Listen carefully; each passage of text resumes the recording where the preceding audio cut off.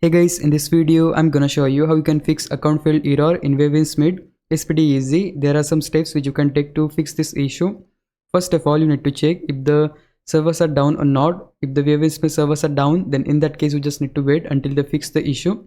Then the second thing you can try is to change the internet connection to mobile hotspot or mobile data. That way the problem could get solved. And at the end you can just go to the search bar, type control panel, open this one, network and internet. Click on view network status and tasks, click on Ethernet, and since we wanna change the DNS we need to click on properties and click on this one, internet protocol version 4. On this pop-up select this option, use the following DNS server addresses. Primary DNS server should be 8.8.8.8 and alternate DNS server should be 8.8.4.4.